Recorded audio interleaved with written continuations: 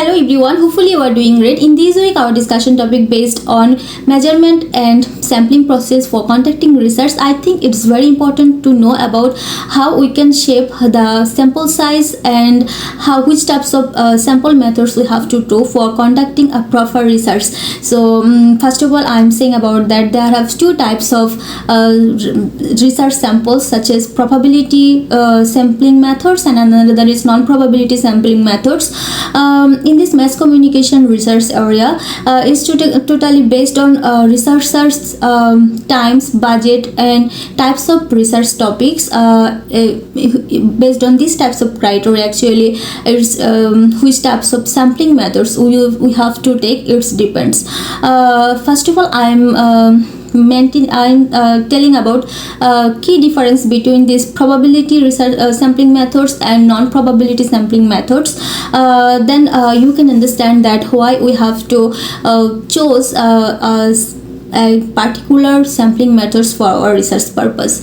As this probability sampling methods, it's actually generalized process, and it makes a generalized view for researchers. If researchers want to find out the entire populations as a representative and want to mitigate the biasness, I think this probability sampling methods will be helpful. Basically, this random, stratified, systematic, cluster, these types of sampling methods refers as probability research sampling process, and in this way actually researchers can make a collaboration of whole participants, and it actually make a nationwide view, and it sometimes can make accurate information about any opinion.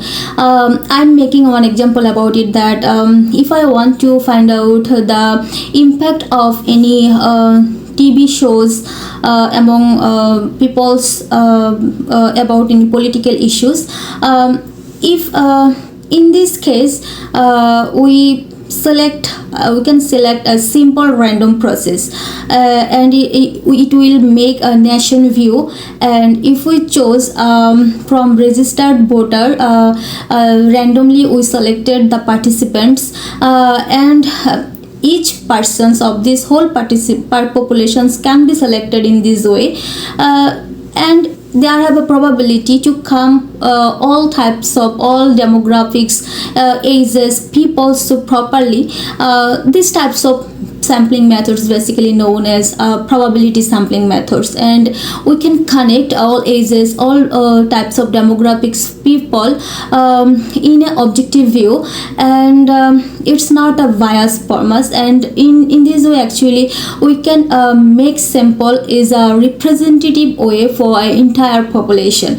So if we have chose these types of topic which actually have to make a findings from a nationwide view, in this way we can use this probability sampling.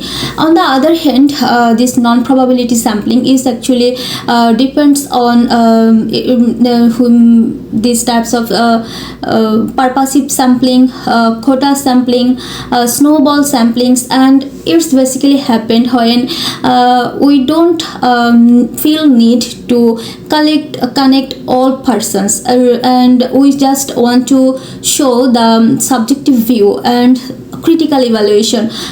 In several qualitative research methods we use this purposive sampling, and if this time is so short for us for mentioning any research, this in this case we also can use this non-probability sampling methods. For example, I can say if my research topic is that the impact of social media influencer on education. So in this part actually it's not mandatory for us to mention every social influencer and take them as the participants for our sampling. We can make subjective sampling, purposive sampling, which types of in which actually which influencer making a great influence among students, and how many it depends on reacts, sharing, and their followers. Based on these types of formula, we can select basic our 16 to 25 or 30 these types of sample size, and if we chose this size, it's called actually non-probability sampling methods. Basically, in mass communication field, if any women portrayal in any news organizations or any critical analysis, these types of we used to choose this non-probability research methods because it's quite easy to find out the particular news outlets. It's help us to find out the particular areas criteria and their characteristics. So it's also important for us. Totally depends on us which actually we want to explore, which actually our key points. So basics depends on our time, budget, and our research topics. We can choose this probability sampling method, and we also can choose this non-probability sampling methods. But what can I say, that accuracy and generalizations perspectives, this probability maintain accurate and generalization view can create. On the other hand, this non-probability actually is, as we take in purposive sampling, is sometimes somehow subjective view can produce, and it's actually capable to make entire populations as a representative. Now I am telling about the importance of addressing potential biasness among research methods. As several biasness can occur when we choose any research sampling, such as the non-response biasness can happen. What can I say? If we make participants shape, but this shape doesn't carry the all ages, all types of ages, gender differences, or community differences, belief differences, then that can be happen that its subjective view will be occurred, and we can make proper view for participant shape. And yes, we are make one hypothesis just in these perspectives, one-sided information we can collect, but we can make a generalized view from here.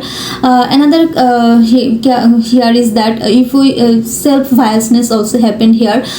Sometimes if we make this hypothesis is true, and it's also happening for us, these types of determination also make several biasness among us. For example, we can say that if we can find out the impact of Facebook on mental health of Bangladeshi people, but in this case we are choosing just university student, not any non-university student. It will not give a proper findings for us.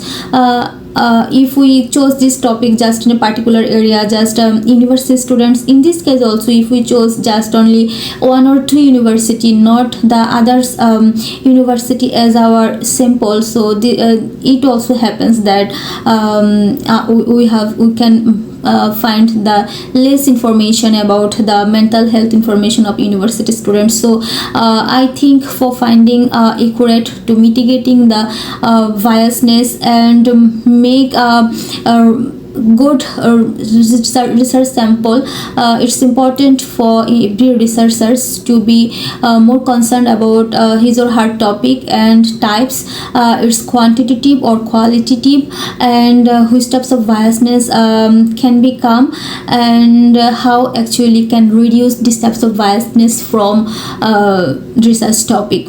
That's all. Thank you everybody.